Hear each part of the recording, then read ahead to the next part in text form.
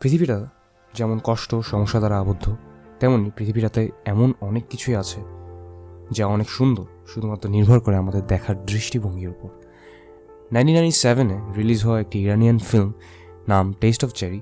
এখানে মূল চরিত্র মিস্টার বাদি, যিনি ছিলেন পুরোপুরি একা নিঃসঙ্গ একজন মানুষ, যেখানে তিনি আত্মহত্যা করার সিদ্ধান্ত নিয়েছিলেন এবং এমন কাউকে খুঁজছেন যিনি তার মৃত্যুর পর তাকে গর্তে মাটি চাপা দেবেন।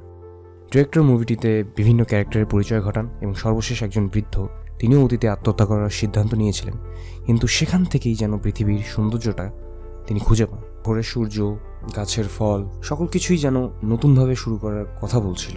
ডিরেক্টর আব্বাস কিয়ারোস্তামি মুভিটির শেষে মূল চরিত্র আত্মহত্যা করে কিনা সেটি দেখাতে চাননি, তিনি মূলত দেখাতে চেয়েছেন লাইফের সেই সৌন্দর্যটাকে, এবং সেই ছোট ছোট সৌন্দর্যটা তুলে ধরেছেন লাস্টের ওই বৃদ্ধ ক্যারেক্টারটার মাধ্যমে।